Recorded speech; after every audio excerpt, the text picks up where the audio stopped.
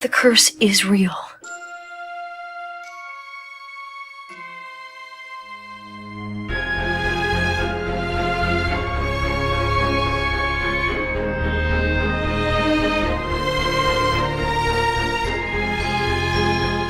Hello and welcome to The Curse is Real, a Once Upon a Time podcast. We are Once Upon a Time fans, and in this show we will be talking about upcoming episodes and spoilers in regards to episodes that have already aired. Also, we will probably have a bit of foul language here and there, but don't worry too much, it's nothing to cry about. My name is Martin. I'm John. I'm Katie. I'm also Martin.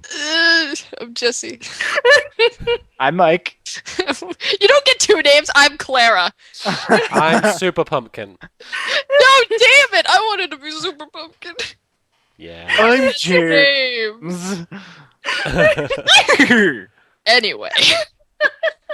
See, she's doing a better James laugh than you are, Mike. Okay, so, I'm sorry. moving along. We have a few comments from the YouTube videos, I believe. No. No? We don't? Yes, we do. Okay, so I'll go through the comments. The first comment that I'd like to bring to people's attention is that is from Riona, who I'm sure I said their name wrong. Riona. Yes, that one. So he or she said that I think the contract was used because Ella wasn't giving him anything yet. In his other deals, both sides give their parts then and there. With Ella, you would need a contract because it was a future deal, as in the deal itself, the exchange hadn't taken place yet. And I think that's an interesting, definitely interesting.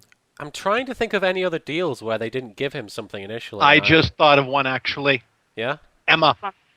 Yeah, but that's in Storybrook. He wouldn't just conjure something out of thin air. Nah, yeah, He has a baby. Wait, hold on, wait. Were you talking about the one where he says that you owe me something? Yeah, at the end of this episode. This episode? He demands Yeah, it's the end of this episode, yeah. yeah, he demands a future favor in Yeah, return and- for Ella keeping her child. Okay. Oh, you mean the episode that they're referring to?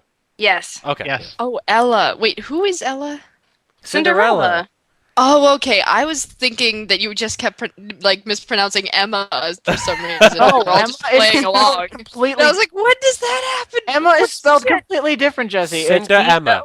Jesse, Emma is S-U-R. Wait. S-U-P-E-R. Shut up! S-T-S. This episode is Mike can't get anything right. I'm just leaving. I'm sorry. I'm done. I'm done with this shit! Oh. Maybe it's true that, that's in Storybrook that Emma's deal was made, but he could still have produced a paper contract later. He could have said, It would have been- I like things to be in paper. I like them to be nice and neat. It would have Yeah. been outlandish for him to say, in paper, hey, I just want you to sign this contract that says that you'll do anything for me once. Yeah, that's a little bit too weird for real life. Yeah. But A in little bit Fairy too weird Tale for Land, Fairy like, Tale Land too. I honestly think that he didn't need it in there because he knew that magic was going to be returning, and that by making a verbal contract when there's not magic, the magic returning kind of might make it into something more than that. And So he's not collected on that yet, has he? No. Yeah, No. I thought no. No. I thought I'd missed something, and I was like, no, he hasn't. Now that's one of the open-ended things that has not been resolved yet, and will be very interesting So because it does. he has It a plan does. for it. Did you guys catch why it makes sense that he would want her firstborn child? Because, well, more of a reference to the original Rumpelstiltskin story. Yeah, I figured it was the Rumple, because at the beginning they have a lot of him talking about people's unborn children, like with Emma and everything, but in this case, there's why does he need her kid? Yeah, there's really no explanation. He seems to be really into the whole child trafficking thing. My only explanation is that he's looking for his kid, so he's in a way kind of looking for a surrogate child or something. Either that or he's practicing for when he joins the real world, I don't know. Yeah. But that doesn't. I don't think that really makes enough sense. I think that there's that he knows more about this or something for the future. Again, another line from that episode: "I'm invested in your future." That Yeah. whole thing. So he clearly knows again some more things that's going to happen. It's interesting if we'll find out how much more and how he knows. And that actually ties into the next comment we were going to talk about from Bellona52, who is asking about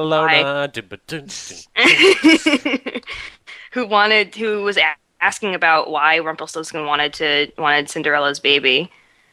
So it's totally plausible he wanted to make a deal to replace the son he lost, but why he was delighted at the prospect of twins, I don't know. I kind of just attributed that to Rumple just being in the original fairy tale, like wanting a kid, a baby with him. It's kind of part like a little weird quirk to his character. I'm really not sure. I just think we can chalk that down to we'll find out hopefully.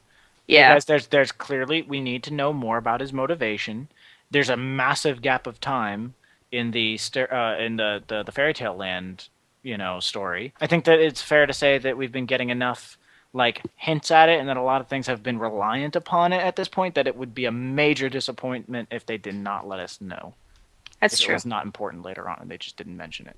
This is one I actually wanted to specifically talk about, because I did have notes on it, and I totally forgot to touch on the last episode. The Itachi Ishtar said, how would you judge the show's portrayal of Cinderella? Some fans feel she came off as kind of a gold digger when she was making her deal with Rumple.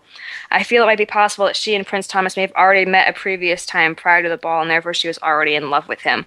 I'm not sure about that last part, but I actually did want to talk about Cinderella's character, because she really... I kind of bothered me, because every single time she was talking to someone about being afraid of what was going to happen with Rumple and everything, she always mentioned the life she had gained first and her prince second. Yeah. And that did kind of, and I feel like it's understandable on her part, because she came from an abused relationship with her family, and she just got magically transported to this wonderful new life. But at the same time, it did come across a little bit strange to me. Well, it's entirely possible you consider she came from an abject poverty where she was basically a slave of a family that just happened to be her family. Mm-hmm. And now she's, rich, powerful, influential. The guy, he's just part of the physical financial deal to her, in a sense. The physical deal. I mean, she might be in love with him. She might have fallen in love with him, but it's entirely possible that she also regards him as just as valuable as the chest full of gold sitting in the bedroom. You don't know. I think it might just be, the whole thing about the order in which she said these things might just be sloppy writing, or just an accident. Really doesn't mean anything. We're just looking into it too much. I never got that vibe at all. I just kind of got the whole, Just felt a little more like a couple of times when she was talking about it. It just felt like she was kind of adding him on as an afterthought, almost I'm going to lose this, but and you too. The thing about Cinderella in that episode is almost the fact that we really haven't seen her since then. The whole thing kind of felt to me like they were really more trying to give you a lesson about Emma and her lifestyle, and the fact that she wanted to fight for this girl to have the right to keep her baby, and that's obviously in the Storybrook stuff. But the fairy tale stuff reflects on it. We've seen her once since then, at least once. Oh yeah, we've seen her once. There's a girls' night out later. Oh, there's a Valentine's Day episode. Yeah. I don't know. Just the episode seems structured more to teach Emma something than anything else. That's true. No, yeah, and I don't think reading into the that kind of thing. I don't think that was intended, because she was a character created specifically to tell a story more than to tell a character. Yeah, and then again, when you see them later in the girls' night out thing, clearly she and her boyfriend person, her boy. Well, again, it's she owns him. Never mind. This part of her properties that she gained. Oh God. No, but you know what I mean. It kind of, it's cute. Hey, I had a break from work, so I just came in to give you the I know, that was so cute. Yeah. So and she clearly appreciates it and everything. So I don't think that was. Yeah, I'm also going to go a step further and say that I think she's probably one of the most attractive actresses on the show. I disagree. I think Rumpelstiltskin is way more attractive as an actress. I actually thought it was really interesting. The difference in how she looks, between when she's really down and either as Cinderella or as Ashley when she's just having a rough time, and then when she's either the princess or later on when she comes back into Storybrook for an episode, it's damn girl, you clean up really well. She looks like almost two different people. It's funny because you said Cinderella cleans up really well, and she's a maid. Oh. I guess before we move on, I just want to say, who here wishes that the sassy black fairy had lived long enough to conjure the super pumpkin? That would have been amazing. Yes. Yes. Oh my God. And Cinderella rides off to the ball, riding inside of Emma. I mean, the Super Puppet. Okay, we have some interesting news that we'd like to cover. Some details for season 2 were released, specifically about episode 1, introducing 2 new characters that will end up being recurring guest characters. The first is, her name is Anastasia. She's born into a life of wealth and privilege, and she was raised every bit the polished princess, but beneath the shiny veneer of a spoiled young girl beats the heart of a woman willing to sacrifice everything for love. Could possibly be like the Russian princess. I don't know. It doesn't sound like it, but we'll see. Sure, it does. Yeah, It does, yeah. but like I don't It's know. not really a fairy tale, is the thing. Yeah, that's what's giving I me a little- imagine she's gonna be. She could be Sleeping Beauty because anesthesia. I don't know. wait a second. Well, Anastasia. if they're going for the Disney stuff, then they would call her Aurora. If they're because they have Maleficent, that's a Disney name. Yeah, Right. Anastasia. I mean, like, isn't that clearly? I don't know what's that one movie called? Anastasia. Yeah, but we just mentioned that the Russian. Yeah, it's- but she's not a It's fairy not a tale. fairy She's tale. a- It's, she's a Um. figure. she's an Wait actual- a second. What part of the guy that was voiced by Doc Brown? What part of the whole magic part of that movie Christopher makes Lloyd? it? Yeah. Wait, it's not just a movie, man. It's an actual. Thing Well, yeah, that- but I'm okay. Maybe the tale itself isn't a fairy tale, but that it's kind of turned into that in the culture, I guess. You know what I mean? The media culture. Well, actually, though, you have a point because the next character kind of goes along the same lines. So the next character, her name is Magnolia. She's Asian. No, she's no. What? Her name is Mulanta Hauntus. We'll get to that. Her name is Magnolia. She's Asian, a warrior first and foremost. She could hold her own against a swordsman or even a king. She's trained in weaponry, tracking, and writing, but has a spirituality that enhances her tactical and strategic abilities. Like the flower she's named for, Magnolia is beautiful and may, to the uninformed, seem delicate. Her roots, however, go deep. She has an intuitive connection to the land and to the creatures who inhabit it. She can hear the breathing of the earth or see a camouflaged animal. She is well versed in philosophies of her people and is able to see the larger picture. She suffered past betrayal, so her trust is hard won, but once she gives her oath of friendship, her loyalty knows no boundaries.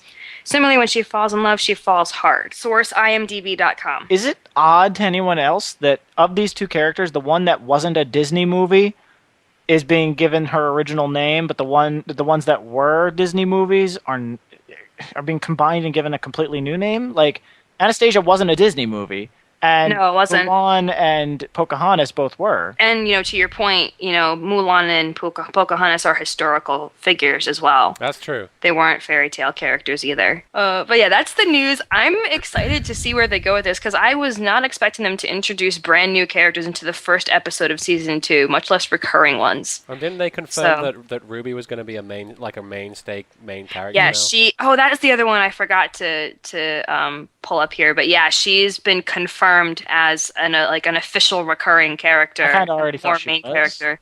She Yes. was like a recurring guest character, but I think she's been pulled into a more prominent role, they said. Well, Yeah. I mean, Yeah, she's it a already kind primary of. character next season. I mean, of the Yeah. side characters, though, she kind of already felt like more prominent than the rest because Not unlike really, I was watching. I mean, you watched the show for like 12 episodes till she actually had anything relevant. Well, right, but what I'm saying is that yes, the first half it's like kind of the opposite of Jiminy Cricket. In the beginning, Jiminy Cricket was kind of more prominent, but then kind of faded away into obscurity. And in the beginning, she was kind of obscure, but then kind of becomes more prominent. And she's like more tied into the whole Snow White and Prince Charming story and stuff like that. Yeah. So, and I kind of felt like it was more of ramping up to make her more and more prominent in there, unlike the opposite of Jiminy Cricket. That's kind of why I thought that she already was becoming that.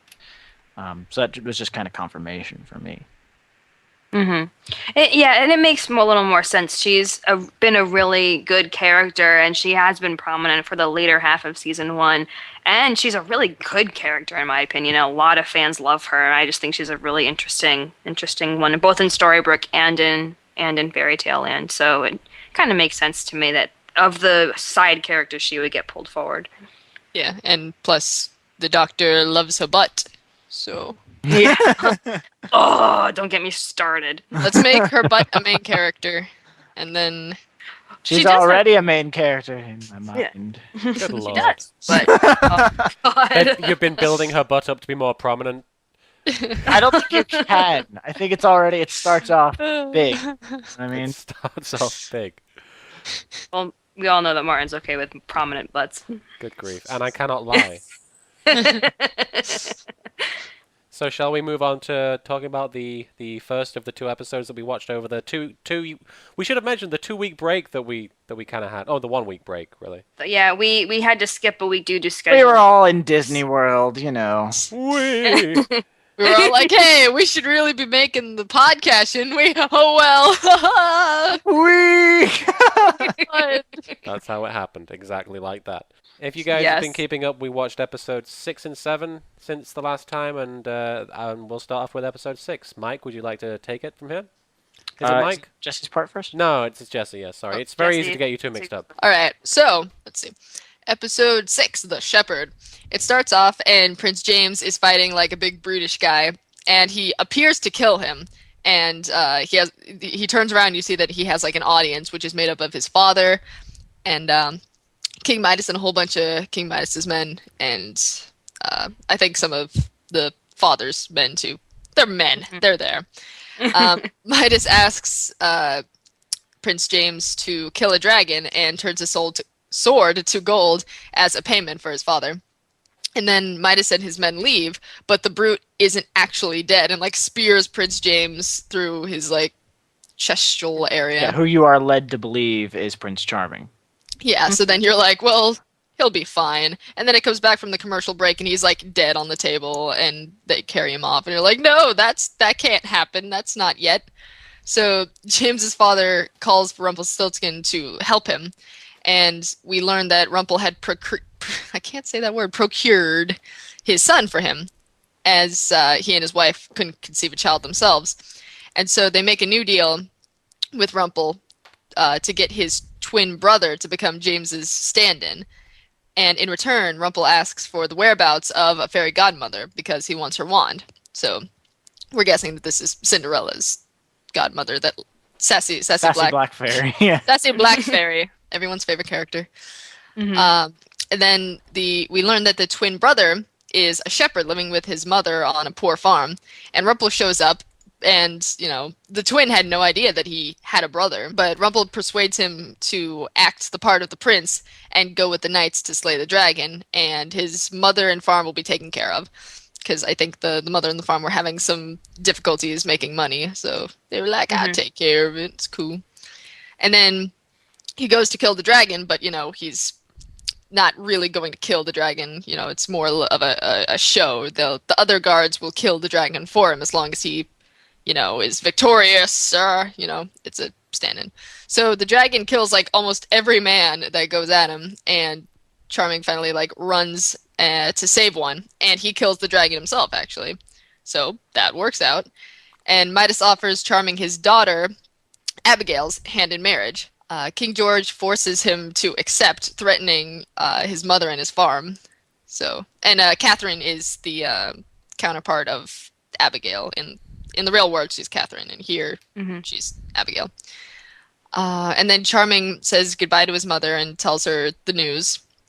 And she gives him her ring, saying he'll find true love with it. Then Charming and Abigail leave to go to Midas's palace, and they take the scenic route where we see that Snow is waiting in a tree, and we see what happens, you know, before Snow jumps on the carriage and is like, pouch, and then they run off and have their little adventure. So that's that.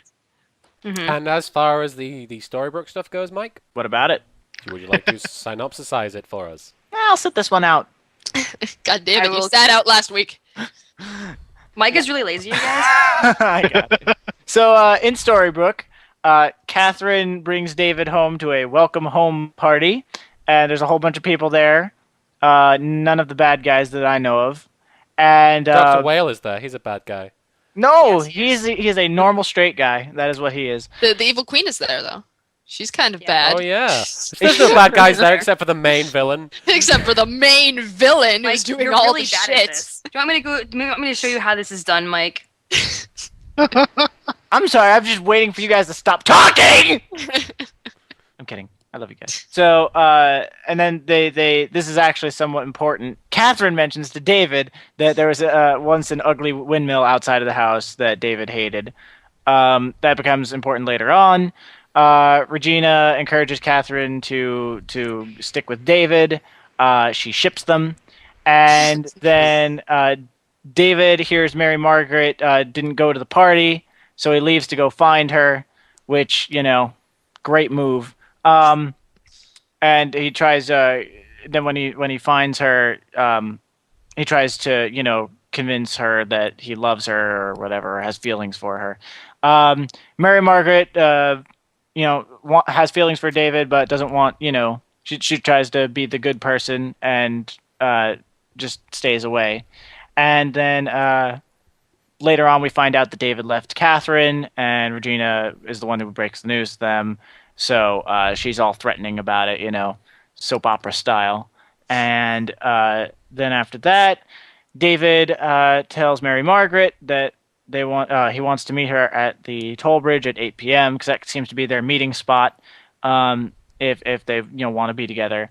And Emma kind of plays anti-Regina and says, no, do the wrong thing. Go on, go have sex with Dad.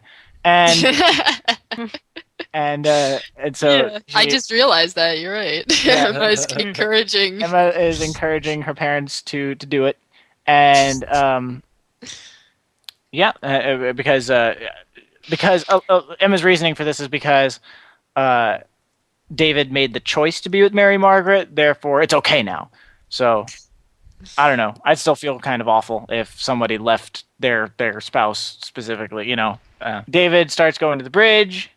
He gets lost. Regina says, go to Gold shop. Now, clearly there's some sort of, interaction between Regina and Gold here, like some sort of plan or whatever to get David to... Like, they've got to be some sort of communication between the two of them because he goes into the shop.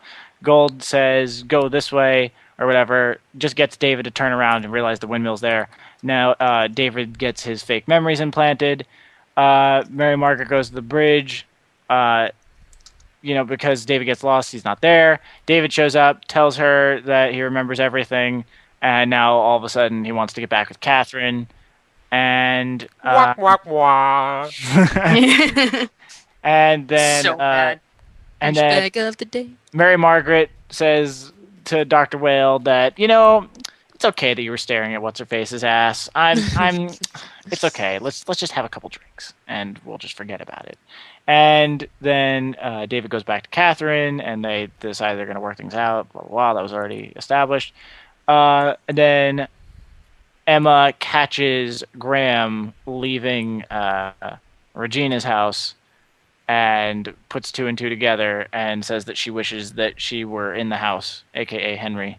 Yeah, she says she wishes she was Henry, and I'm like, no, you do not want to be. You never I wish wish that. I was next door.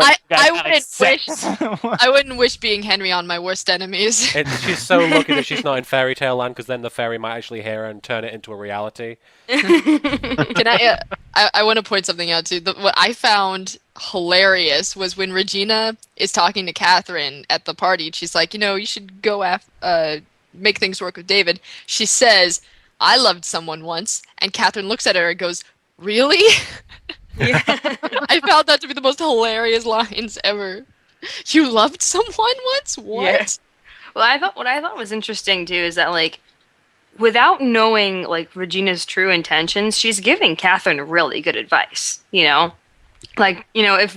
the whole story, if no one knew about Mary Margaret being Snow White and she should actually be with David and everything, she's giving someone pretty decent advice for someone who's trying to deal with a coma patient who just woke up.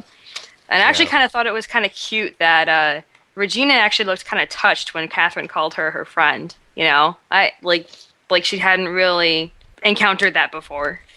Someone saying that she was a friend. Yeah, this was kind of an episode where I felt like they were sort of setting up where in the future we could potentially see Regina as almost like a protagonist. I don't know. Mm-hmm. I was starting to look Anti-hero. Yeah, I was kind of warming up to her at this point, and then I won't say anything. But the next episode happened. Yes.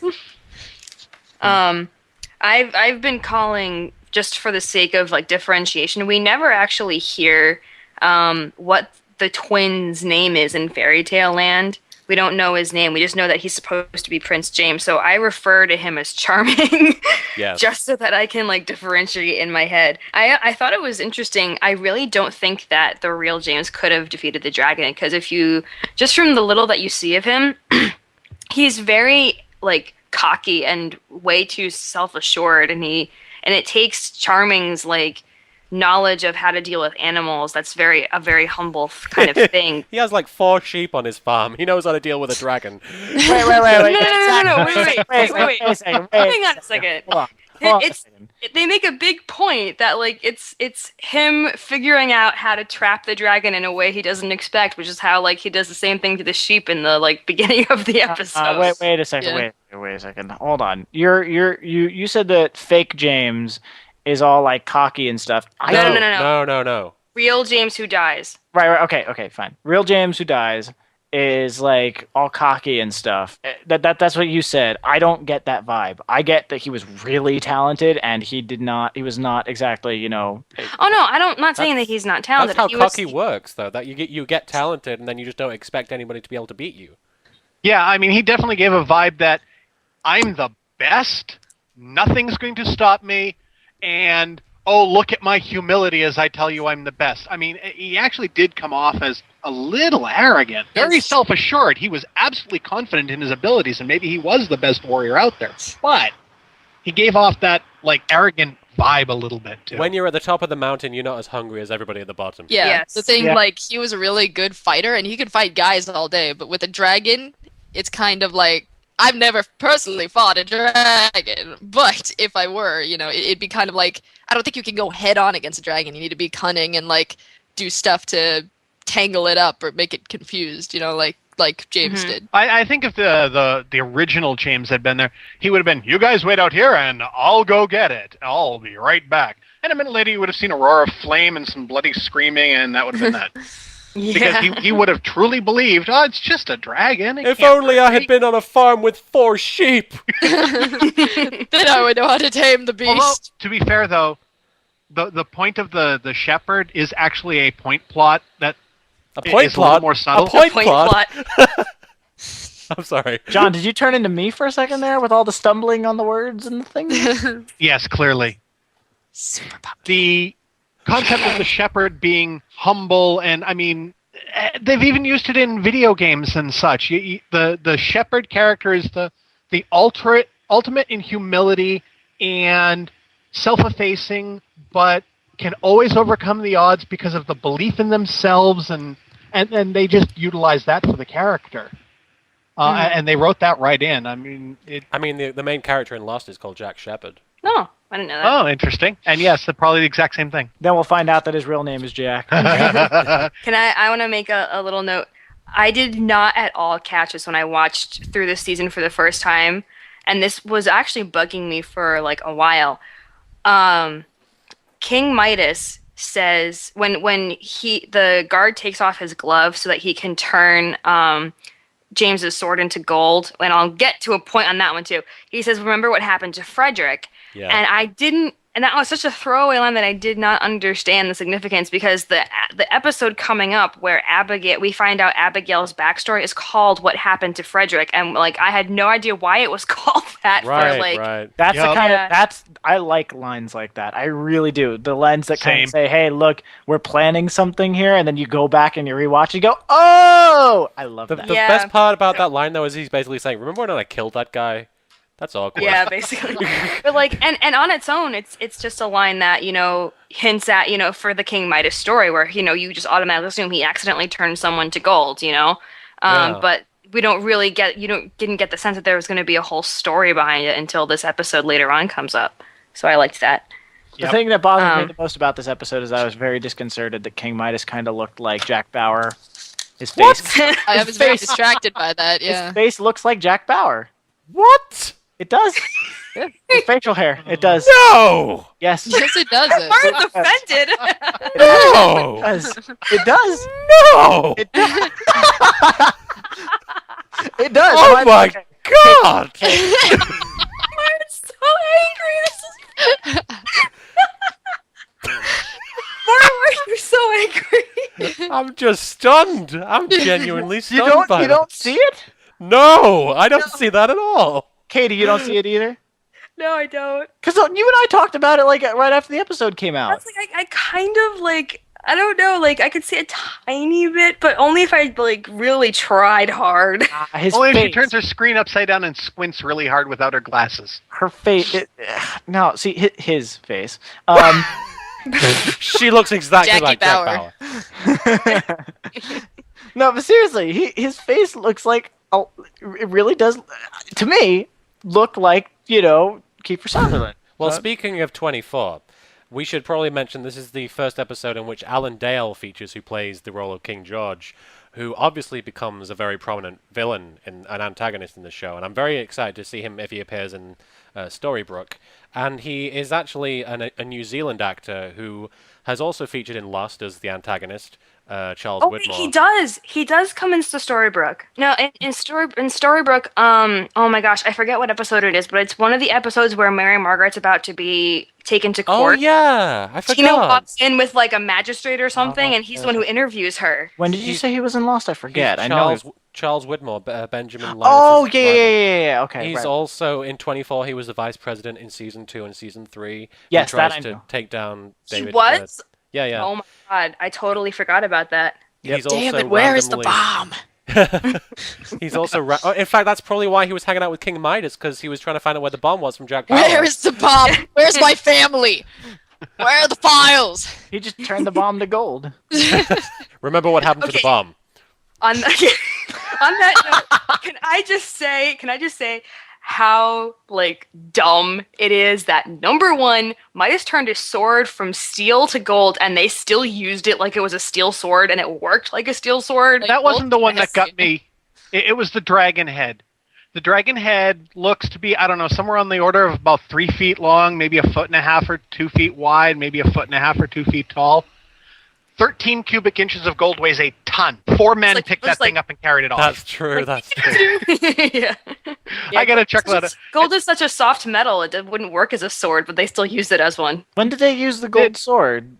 Against the dragon. Dragon's head off. Okay, I couldn't really see it well That's enough pretty to ridiculous. say that it was to see that it was actually gold. Well, there's a few Lost connections in this episode, but this isn't really a direct connection. I think it's really fucking cool that comparing this show to Lost, it took us like 6 seasons to see like a proper like big like effective smoke monster shot, but it took us like 7 episodes to get a CGI dragon fighting everybody in this show. I thought that was pretty awesome.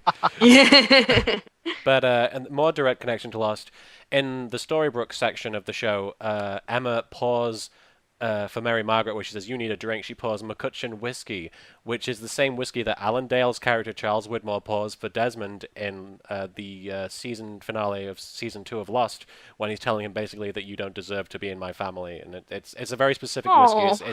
It's not a real whiskey. It's made up for their universe, so it's pretty cool. Yeah, and it's also a 50-year vintage, and on whiskey, that bottle would be like worth $3,000, and here Mary Margaret and Emma are drinking it.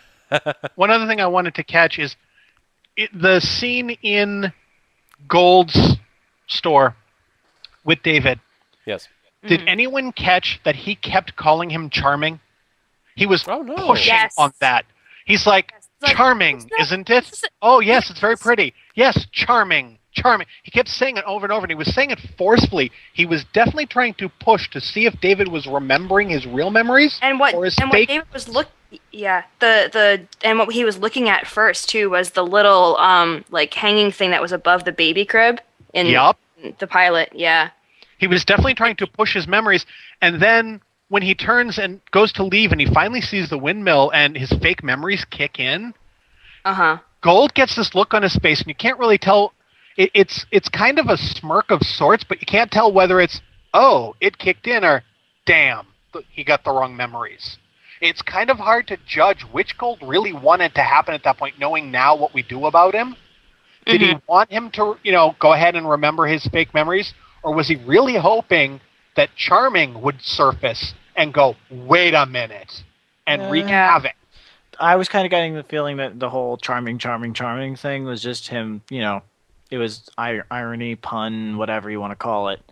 I think he was also pushing. I think he was just teasing. I don't think he actually thought that it was going to restore the guy's memories. I mean, it took a kiss from Emma to restore memories, for other characters. You know what I mean? Like, Rumpelstiltskin should have made out with him. I think so. Yeah.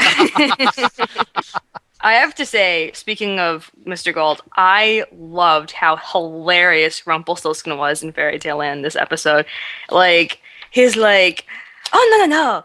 You can't, he's dead. And he's just like going, I'm just like cracking up. He's just completely screwing with the king, like when he's all upset. And he's just completely gleeful about it. And he's not as bad with Charming and his mom, but he's pretty still, bad. Here's a theory. I thought it was great. I loved it. I thought it was hysterical. Here's a theory. Rumpelstiltskin is actually a troll.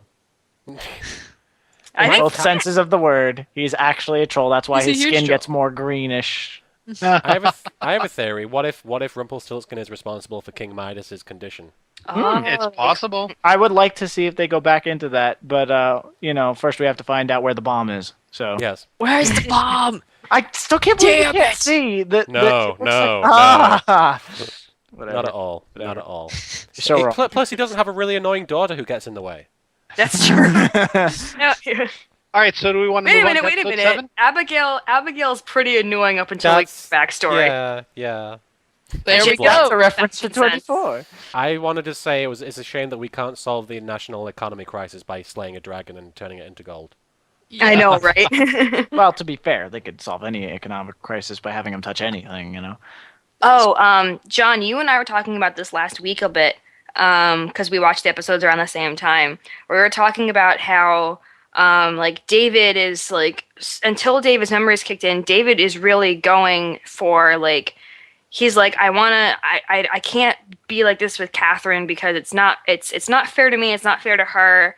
I want to, and he says like something, he really is decisive and makes like decisions like Yes. Charming did. And then once the memories kick in, I mean, he's tending towards the douchebag stuff, like, not gonna lie. But then once the memories kick in, he goes back to Catherine and he like breaks Mary Margaret's heart for like the second time. Oh, and jeez. like, and like that's when he really starts, and that's when the whole like love triangle thing starts, because he loses that decisiveness and loses that like sense of where he should go, and that's, I think, the curse kicking in. His moral compass totally checks out at that point. It's like once he remembers and the curse fully gets its hooks into him, he really starts becoming the douchebag that he is for the rest of the season.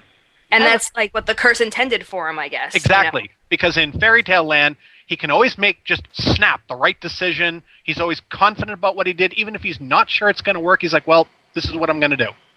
And then you come to Storybrook, and once the curse gets him, he's, I'm going to do this. Oh, and then goes and does something completely different, even after he made up his mind. Oh, and John, we also wanted to say something about the ring.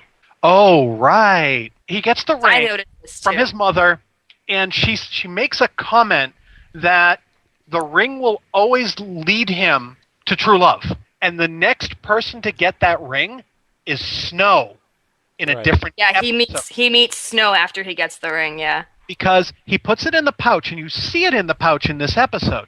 And then they get in the carriage. And it's in the pouch, and then the pouch is stolen. Abigail never puts the ring on. The next person to put the ring on is Snow. Right. Way to go, John. You just pointed out that Abigail and Charming don't have true love. Yeah. I didn't realize that was real. I'm glad I Abigail could help says you. she She's dies. right. It's very poetic, though, because at the end of the episode, King George says you're on your road to true love, and he's literally on the road to meet Snow White. So, did anybody else not really like the whole love triangle thing between? I hate it. Yeah, the whole. It's very soap opera, and that's the aspect of the show I don't really care for. I mean, I'll be honest with you guys. Okay, listen, that I don't care about. I literally don't care about the fact that it was soap opera-y. Okay, because love triangles are a very common thing in movies and TV shows right now, and that's okay. And there are some that okay, cool. It's grabbing my interest the amount that it's supposed to be. But in this one, it just really. It just drags out. Like, I can understand it happening for a while just because, sure, like, it kind of makes sense for a little while. But it drags on for the rest of the season. Yeah, and it's so irritating. Yeah, I kind of thought that at the end of it was going to be, oh, he chooses because he has no memories. He chooses to break up with Catherine, and I thought I was fine with it up until then. Then once I realized, oh, he's going back to her. Oh God, here we go. I would have been very happy if they just kept them separated altogether, and then did just will they, won't they for the rest of the season, and then had them reunite at the very end as Charming and Snow White. But they had them together in essentially an illicit relationship, and I'm like, I don't like these guys together like this. This is just awkward. I don't know. Yeah, like I really didn't like how they went about that at all. So, Yeah. but, what are you gonna do? I didn't mind it so much in Fairy Tale Land though. Because it was interesting. It was interesting, the whole. It was interesting, like Abigail, and Abigail was a really neat character when we got down to it. Yeah, and we're not getting to that episode yet, but Abigail went from a character like, oh man, you're just getting in the way, to like, she's a nice lady. Aww. Yeah. The thing about Fairy Tale Land is that they actually, like I said, kept the characters apart. They weren't in a relationship at any point. They were in different places and they couldn't be together, which was why it was interesting, Mm-hmm. Yeah, you were really rooting for them to finally find each other and get together. One last thing that you told me, Mike, when I was discussing this, based on what Mariana said, that the fairy godmother was just a random fairy godmother that King George said, go find her or whatever. Rumpelstiltskin was like, there's a certain fairy godmother, and I'd like to find out where she is. He says that the fairy godmother is patron to King George's family, in which case she is the worst fairy godmother ever, because if he can't have kids, the fairy godmother should step in and do something about that. Yeah, that's true. Well, I mean, maybe fairy godmothers can't increase your sperm count. I don't know. That's not part of how magic works. It's just not how magic works, Martin. No. It's just not. She can create Super Pumpkin, but she can't make a baby. Well, that's because pumpkins don't have sperm. We learn something every day on this podcast. The more you know. Moving on to the next episode, episode 7, which is called The Heart is a Lonely Hunter, which is a very, very interesting title for what, in my opinion, is a rather dull episode. Oh, I like this episode. Sorry. Except for the end. Martin, we're way outvoted on this one. Oh, we are? Oh, please. Oh, yeah. Wait, does Katie have multiple votes here? I get multiple votes, and so does Katie, so... Right, because you guys don't have sperm either. Interesting, the girls like this episode. I wonder why. Could it be sexy Australian Irish guy? In Fairy Tale Land, Snow's father lies dead, so Snow White places a flower on his grave, and then Regina comes over and is all like, there, she'll be there for her, and obviously she's full of shit. She reveals in private that she is actually responsible for the king's death and wants to kill Snow because she's a wretched person, and we don't know why, but it's pretty clear that the writers have actually figured out what happened now. So then she says she'll need someone heartless who will do the job, and the mirror suggests this Huntsman guy, who apparently is heartless because he kills animals and then cries about it. What a heartless jerk. Yeah, I never understood that. She picked the worst person, whatever. Yeah, what an idiot. Then we see the Huntsman, who is actually Graham from Storybrook, and it was pretty effing obvious who he was going to be if you've been paying attention to the show. He's kills a deer and then shows compassion for his kill, which, like I said, he obviously isn't heartless.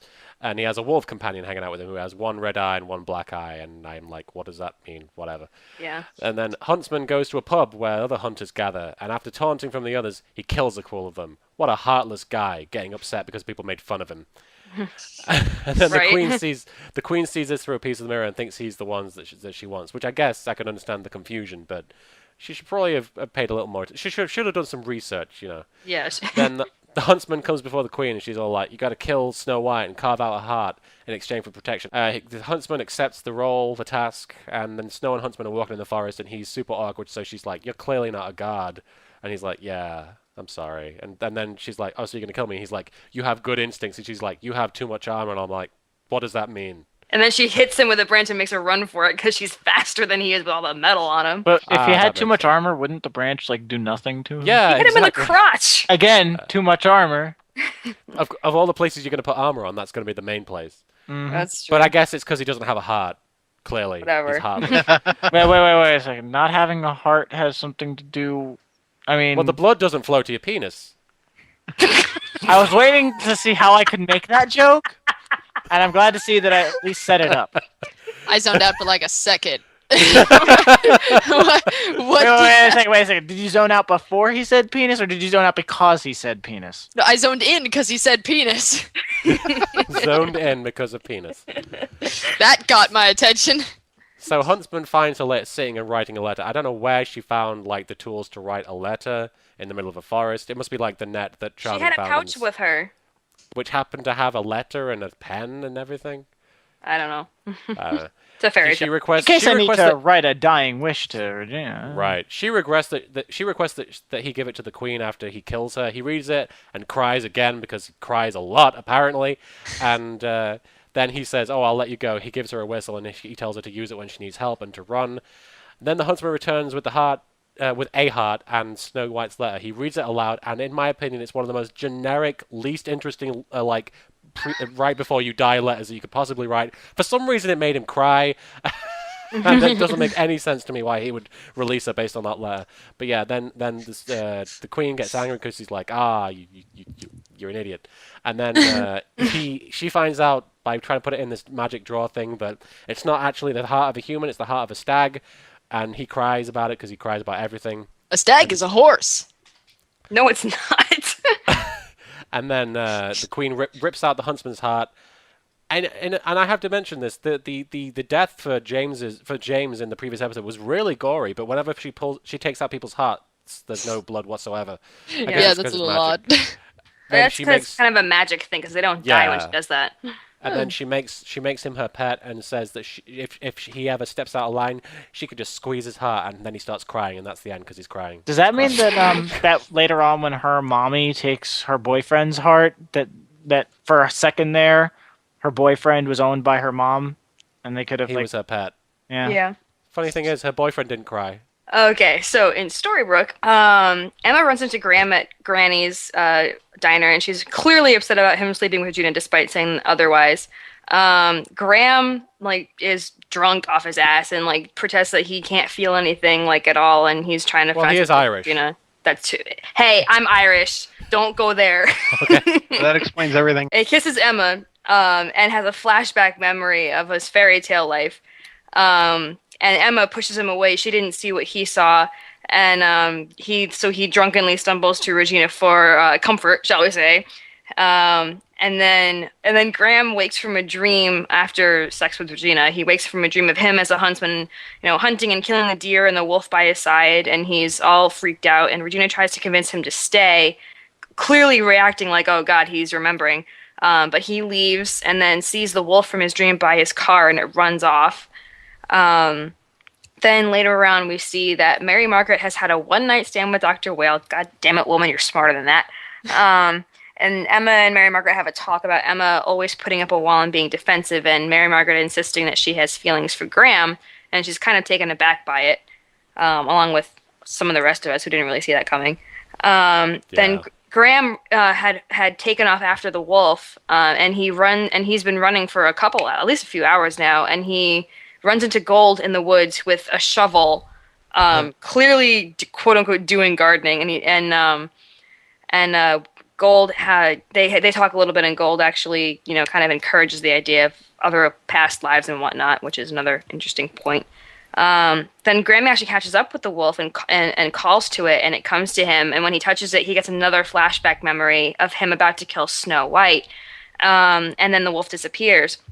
And all confused, he goes to Mary Margaret's classroom because she's a school teacher. Talks to her, asks her if she believes in past lives, and asks if she can remember when they met, or in real life, or if he had ever hurt her. And she can't remember when they met at all. She just kind of brushes it off as, "Oh, things get hazy." It was definitely the most intense kindergarten lesson I had ever been to. Right, and she says, "Oh no, you never hurt me. But have you been talking to Henry?"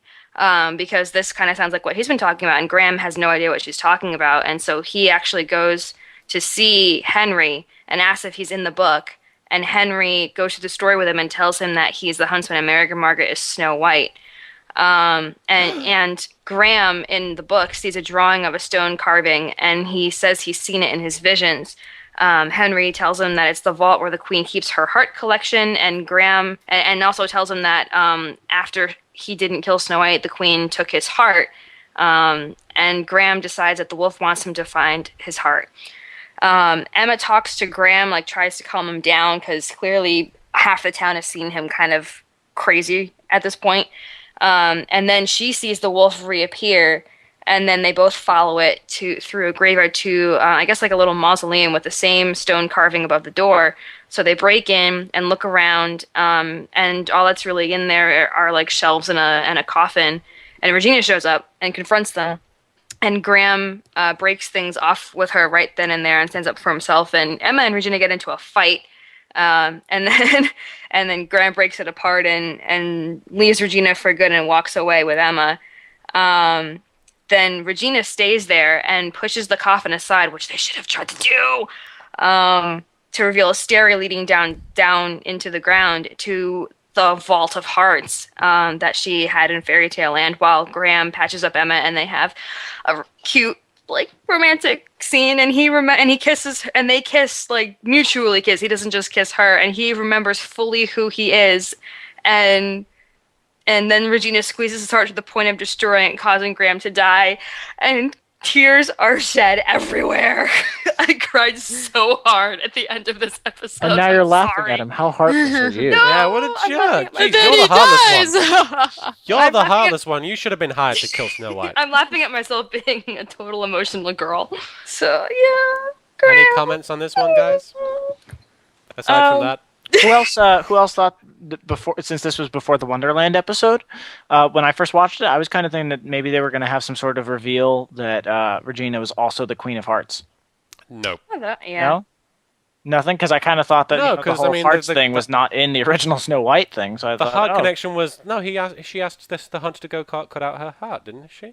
No. But she has this obsession with hearts throughout the whole thing, and it just keeps getting more and more prominent. Yeah, but the Queen of Hearts before thing the- was always off with your head. Yeah. Oh, no, I know that, but I mean, to be fair, the Queen of Hearts. I No. mean, I haven't seen Alice in Wonderland actually, so I guess I'm really not very good to talk about this. You but haven't? from what I know about the Queen of Hearts, that's really all that we know about her was the whole irrational and off with your head thing, right? So I mean, I kind of thought that they were gonna. I just kind of thought that maybe there was gonna be some sort of tie-in of Regina like having been the Queen of Hearts or something, and that was part of her backstory. No, it doesn't fit with Alice in Wonderland at all. Sorry. Well, no, not with the traditional Alice in I Wonderland. know, but they Could've- always keep a little bit of the original fairy a little tale bit, right? stories. The fact that she's obsessed with hearts. Okay, never mind. It's a card. It's their cards. She's the queen. No, Yeah. I understand that, but I'm saying that could have been like an allusion to her hearts thing. Never mind. Nope. Never crossed my mind. Never crossed my mind. No. Well, Um, maybe that's because I I just think that Emma should just kiss everybody because clearly that's the way to get everybody to remember. I think she needs to kiss Regina, even though she already has her memories. Or Regina needs it. Yeah. She needs it for different reasons. Good lord. I was actually also wondering why the wolf has a red eye and a black eye, and I've heard that Graham as the Huntsman will be in like Fairy Tale Land in season 2. So I'm kind of hoping we get more of his story because they say that he was raised by wolves. That Oh yeah.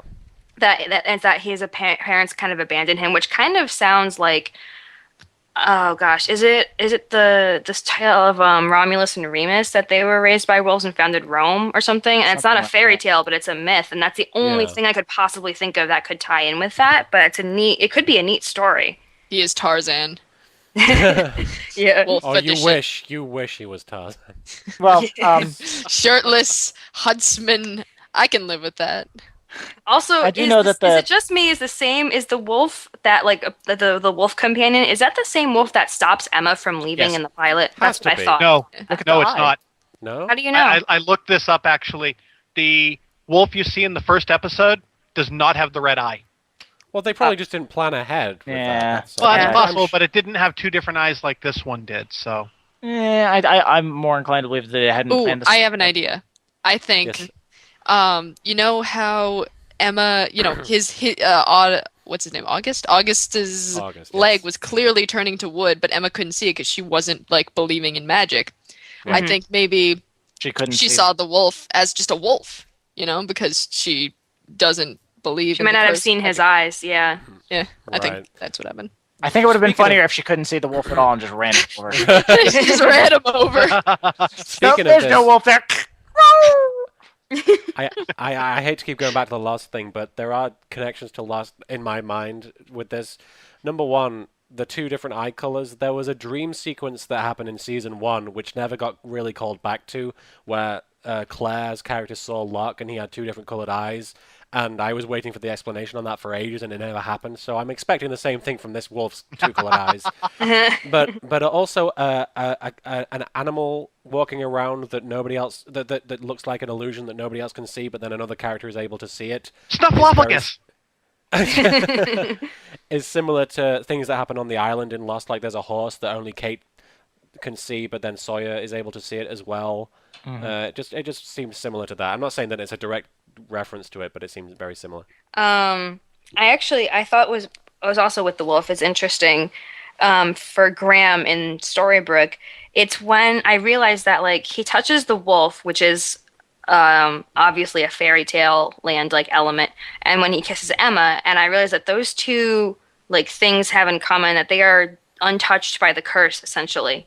When he touches when he kissed Emma because he has feelings for her, but the curse doesn't affect her. She can leave Storybrook and whatnot. And obviously the wolf being around and being like close to Graham and kind of guiding him a little bit, that's not part of the curse either. So I thought that was interesting that he touched the wolf and got memories returning, and he also kissed Emma and got memories returning as well. Mm-hmm. Then he touched the Emma and he got memories returning, and then he kissed the wolf. Yes. Emma. Yes. He just starts kissing everyone. I thought that this was going to be the start of people starting to wake up, just because Graham had the conversation with Mary Margaret after that, where she actually has to stop and think and says, "No, I don't actually remember when we met," and that's kind of strange. And then she brushes it off, but I kind of was hoping that she would start to that would take root. Doubt a little more, and then maybe start talking to other people. So I was kind of thinking that would have been a seed planted, but it wasn't. Yeah, I think that's what the show was doing, though. I think it was teasing the idea of that happening and saying, "Don't you want this to happen? No, it's not gonna happen." Well, that's because they do it with everything in this show. On the topic of the wolf, I guess you didn't mention this, but wolves are very commonly seen as loners and all alone, forever alone kind of thing. It's funny because they're pack animals. I mean, right, but like the expression "a lone wolf." Yeah. Right. Yeah. So that's, I think, another reason why they had his companion be wolves, I guess, because that kind of really, fits the story. How he was all alone except for the wolves. Mm-hmm. More stuff with maybe he was Mowgli. More stuff with the wolf, though. That one of the hunters in the inn that he stays at, when he's gets upset and kills those guys, one of them says to him when the wolf starts getting angry, "You know what I do to pets that threaten me? I hang them on my wall." And I just had an image of this guy with like a dozen guinea pigs and 4 cats on his wall. Yeah. God. Oh That's my God. amazing, actually. He's Gaston. That's exactly what I was just thinking.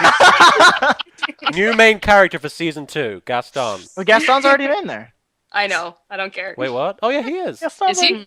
I don't remember. Yeah, I don't care. Yeah, he wasn't nearly as funny or obnoxious. Who is Gaston in? He's briefly in the Belle episode. He's in the next episode, yeah. I have a question for you guys. When Graham is like freaking out to Emma about thinking that it doesn't have a heart and not feeling anything, and she touches his chest and she's like, "You have a heartbeat, it's right here." Part of me, first watching it, half expected her to not feel anything, but then thinking, Did they just freak out? Oh my God, you don't have a heart! Oh my God! But then thinking about it, I wonder if that may fall under the category of Emma not seeing things because she refuses to believe in magic. Oh yeah, probably. I think so, yeah. Mm-hmm. That would make perfect sense. I also thought, like this, jumping around a little bit, I think it's kind of neat that one of the queen's things that she can do is seeing through mirrors, which kind of brings in like why mirrors are so important to her without bringing in the vanity aspect of the fairy tale. I thought that was kind of interesting. Also, the genie still doesn't have an accent in this episode. Yeah, I noticed that too. I don't know, maybe he loses it over time. I don't think we've ever seen him as the mirror with an accent, except for immediately after he got trapped. Yeah. I think so too, yeah. Maybe he has a device like Jiminy Cricket. She's like, "Hey, here's some advice that gets rid of your accent." Yeah, no, I think in theory that like they could, explain it away. Say that in the time gap between then and the other. Regina was like, "Your accent is ridiculous." If you want me to ever make out with you, you must change your accent. And then he does, and then he says, "Haha, I will still never make out with you." And he goes, "Oh." That is my headcanon now. Also, tying into kind of like a little bit of the last episode was seeing some real like emotion from Regina. She seemed genuinely like upset when Graham left her, and then when she crushed his heart, she was crying. And I didn't really catch that at first. Like, she was obviously mad, but at the same time, I felt like it was another sympathetic type of thing where obviously she's crushing his heart. I am not going to feel any amount of sympathy for you. Sorry, but like, like more like less villain emotion and more like real person emotion that she's genuinely upset about it. She's not going to get any anymore. No. Sex is serious business. I kind of like that Granny's Diner is where all the minor characters hang out. Yes. They just go there to be minor characters. Yeah. Hey guys, what's up? Not involved really in the plot. Oh, okay, me neither. Get some coffee. Let's get drunk! Yay! Drunk and forget we're minor characters. I kind of liked how Mr. Gold in the woods with the apron and the shovel, it felt very much like a Norman Bates. Oh, you know what he was burying, right? He was bearing the knife, Dagger. wasn't he? Yep. The dagger. Oh. Yeah, I was thinking about that too, and I was like, that has to be what he was doing. So they Maybe I think by he this might- time they were really planning most of the season. He might not even have been necessarily burying it, but he could have just been checking to make sure it was still there. Well, he had a shovel with him. So. No, he would have to dig it up That's true. to check it. Yeah, either way though, I think we have concrete proof by episode 7 now that they have planned the rest of the season. So it took them at definitely. least 7 episodes, or at most 7 episodes. And that's great. That's interesting. That's Graham, sees him in the woods. So if Graham had lived through that, like, he would be able to be like, "Oh, I saw Mr. Gold like in the woods a couple of weeks ago with a shovel." So like, I think the implications of Yeah. Graham living and retaining his old memories would have had major implications, way more than just, oh yeah, and that, like, Mhm. oh, by the way, the curse is real, Yeah, like that would have been another thing. Like he would have become would've Super started Henry. waking people Super up. Henry. Super Henry and Super Henry. Pumpkin. Super Henry and Super Pumpkin getting together. I ship Super Henry with Super Pumpkin. Oh my god. Yes. OTP. Well, that makes sense because in Fairy Tale Land he's whiny and mopey. Oh, he's sensitive and it's No. No, You just It don't know really how to isn't. feel. Okay. I'm so sorry that I killed you, but you can't hear me now, so I'm wasting my time here crying over you. I genuinely, getting more into more serious discussion of the episode as a whole. I genuinely don't really care for the episode. I think the romance between Graham and Emma is really, really forced. I thought you were going to say the romance between Graham and the animals. Yeah, that relationship is so forced. But I don't really buy that they would fall for each other during That this quickly? This not even just that quickly, but during this sequence of events. She just learned that he was fooling around with the mayor, who was her rival, and then they got into a huge fight. Yeah, and well, then, apparently yeah. Emma is attracted to people who sleep with the mayor, and he's attracted to people who beat up the mayor. It's very complicated. There you go. Meant to be. A lot. It definitely felt rushed Rushed. and Yeah. like there was something missing. Like, oh hey, there was an episode in the middle of this episode that you never saw. What? yeah. Felt like there was a big gap in the middle, and Yeah, and you couldn't pin down where. And I was thinking that watching it every week and having to wait between the 7 days between episodes, it didn't feel nearly as rushed just because you had to wait, And then watching it through back to back, it's oh yeah, this is actually pretty rushed. You know, it feels to me like if you've seen episodes of other shows, when an actor has to be written out of a show, there's the Mr. Echo episode of season 3 of Lost where they rush his whole backstory and he dies immediately at the end, and it feels very much they kind of had to because of what the actor was going through. Another. I mean, okay, building on that, I kind of felt that later on, very soon after this, we're going to meet August. I kind of felt that he had. I had problems differentiating the two initially. It was the very Really? They don't look anything alike. Well, That's not what he means. I mean, they kind of had the same mystique. I don't know. No, I know what you mean. Yeah. Yeah. Yeah. There's something similar between the two characters, and it feels like August was just kind of there to replace the Huntsman, but the Huntsman comes back. You know, in a later- it's almost- for one scene. for one scene, yeah, briefly. You almost kind of wonder if they had originally planned to have the Huntsman around for the rest of the season and then kill him toward the end of the season, like maybe in the episode before the finale, but instead something came up. Who knows? Maybe he went off and did a pilot for another series and thought he was going to get other work, or something that for some reason they thought he wouldn't be available anymore. I kind of, I mean, and also don't forget, August kind of had this vibe towards the beginning of when he was introduced. Like he and Emma were going to be together, kind of. Like they had this whole, you're going to ask me out on a date? Well, yes, I am, but no, I'm not. But yes, I am, kind of thing. So I really felt like he was there to replace Graham in some ways. Also, it's because of the facial hair. And That looks like Jack Bauer. Oh. Anybody else feel that Emma kind of looks like Jack Bauer from 24? Totally. Has anyone noticed? This is the first time I think I noticed it during the watching it through again. But whenever Mary Margaret has to be really upset and devastated about something, she starts slowing down what she's saying. I don't know if so that's the actress or much. if that's part of the character, though. It's hard to I'm tell. sure it's part of the character, but it's something she does, and it's just like it's striking to me. And It's soap opera-ish. Yeah, and she does it like later on when she's in prison, and like David basically says to her, "Well, I don't believe you because he has his memories, from before," and he's like, "You might have killed that woman," and she's like, "You betrayed me," and she just starts slowing down. I think Snow might do that too, but I can't really think of. Well, they are the same person. Baby Snow. Well, no, but like Baby Snow. I'm ignoring Young Baby Snow. Snow for a second, but like Baby Snow is the cutest name ever. she's awesome. I loved her. Yeah, the little kid actress who played Yeah, Snow she was amazing. She was perfectly seriously. cast. She's perfect. Yes, all the mannerisms were totally spot on. I was like, yes, good child actor. You play Henry now.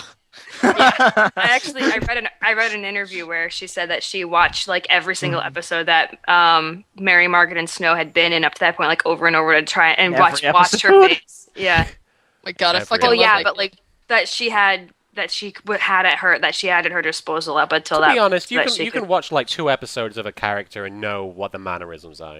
Yeah. Yeah, but not necessarily know how they develop and stuff. Like the more you Well, watch, she didn't really need to know the development of the character. I'm just saying she's that 8, the more research and stuff that you put into it, the better. And Yeah, clearly because it Snow shows. has some It shows. very interesting ways of saying things sometimes. Like you mentioned, Yeah.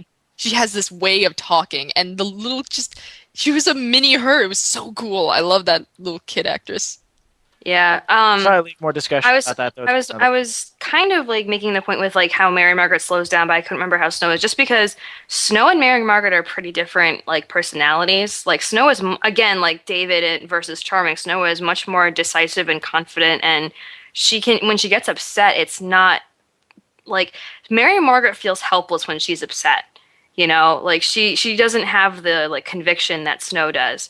And Snow doesn't have that sense of like, what am I going to do? You know what I mean? When she gets upset about something, like since it is kind of 2 different people for a lot of the fairy tale characters, there are things wrong with their personalities that make them not fairy tale characters in real life. For Halloween this year, I really want to make a pumpkin and have Emma's face on it. That'd be the best friggin' jack-o'-lantern. It's our new ever. mascot. No, a giant pumpkin. It has to be a super pumpkin. It can't just be a normal With a pumpkin. cape. That'd be an insult to Emma. Jeez. An insult to Emma if the pumpkin is regular size. We wouldn't dare. But the only other thing I had to say, which is a really goofy thing, is that when Graham kisses Emma, and his memories come rushing back, and the camera zooms in on his eye that goes wide.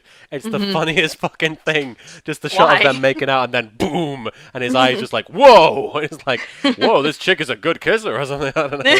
I know kung fu. I was bothered by the significant lack of Maleficent in this episode. Maleficent. James is pretty much 2 for 2 with not James, Charming. He's pretty much 2 for 2 with dragons. Yes. Oh, there was something else I was going to say in the previous episode. Before he goes to meet Mary Margaret, David checks himself out in the mirror, much in the same way that that Charming checks himself in his shield before going to fight the dragon. Oh, that's true. I mean, it's more of just a visual cue that makes you go, oh yeah, they are the same person. But in my mind, it's like going to face a dragon is being compared with going to meet Mary Margaret. Well, for me, I didn't really see that parallel. Like it's an interesting like parallel for that, but I didn't really see it as like seeing like being the same type of thing because for me, like Charming is not used to being like clean shaven and wearing armor and whatnot, and he's kind of taking himself out like I'm a prince now. This is He weird, looked really you know? goofy as a farmer. Yeah, he did. He looks so good as the prince, though. I'm sorry, I think he's cute. My goodness. What? There's so many No. cute guys in this show. You know he's in Thor, by the way, right? Well, who did He you play? is? He's the swordsman guy actually in Thor. The Robin that's Hood looking right. dude. Really? Oh, that's awesome. I totally didn't realize that. Yeah, Mike and I were watching Thor, and we were like, "Oh my God, that's Prince Charming. that's Prince Charming." Totally. He has a didn't realize that. goatee. Say. You know what I think is really cool is that both of the new characters that are being introduced are again women. Yes. Yes. Awesome women. Awesome Girl hot women. power. I'm just gonna go ahead You and don't say know it. that they're hot. Girl- You don't know they're hot. Wait a second. That's an They're interesting they're thought. not- From their With the personalities. exception of Charming, and then on the bad guy side, Gold, there really aren't adult major characters that aren't female. Exactly. Yeah, well, they're like, Thomas isn't really in a whole lot because he's Henry. Cinderella. I'm discarding Henry. He's. I hate to say this about a character, but Henry is a gigantic plot hook through the series. Yeah. The closest you've got for a male protagonist is almost, like, aside from Charming, is Leroy. And August. Oh, yeah, August. August, yeah. Yeah. I don't think that they're completely absent then. No, they're not No, completely but I absent. mean, But as it's compared to more- the women, you've got 4 women. You've for got women. Emma, you've got Regina, you've got Snow, Mary, and you've got Red, Ruby. Mhm. So, It's one you've of the things got I really like 4 to about the show 2, is really. it's a predominantly female cast, and they're very strong characters, and they're very strong actors. Yeah. And also, I want to say Yep. this. Even though our podcast isn't a very good example of this, I think that the show is at least a little bit, if not a chunk of it, geared more towards women. It kind of is. wonder I what would the say demographic that. The whole true like- love magic thing. That Soap it's not- opera-ish. yeah, and soap opera-ish stuff. It is geared more towards, not completely though. Obviously, guys are able to enjoy it just fine, but it is more towards that, I guess. Like I've tried pitching the show to a couple friends, to get them to try watching it, and they're like, no, I don't want to watch that because I'm straight, and I just go. I've definitely seen more women raving about it than I have seen men. Mhm. Yeah, it does skew towards female, but it kind of whatever. I'm glad I have some dudes to talk about it though. Yeah, and like I said, the podcast is a terrible example of that because 3 of us here are guys. Yeah. Well, actually, 2 because I don't count. 2. Yeah, No, you you don't don't. fully count. 2.5 men, maybe. So, Katie, would you like to take us out of this one? Sure, we are Once Upon a Time fans and weeaboos. No! And listening to The Curse is Real. You have to say what we are. Once upon a time, weeaboos. Okay, fine. Okay, all right. okay. Really? Yes. This Okay. is my birthday present. You don't have to give it. Fine. Okay. We are Once Upon a Time weeaboos, and you are listening to The Curse is Real. Curse is real. Once upon a Super time. Pumpkin and Super Heavy. And now all 7 listeners are gonna go, "What the fuck is a weeaboo?" Hey man, we have like 2,000 listeners on that. And one of them is Graham, and he's crying right now. He's This crying. podcast made fun of me and my He's crying the entire way through because we're talking about Your animals sacrifice and was not in sheep vain, and podcast. dragons. He's just. Martin, I'm gonna remember this. I'm I gonna wish I remember was a this. sheep.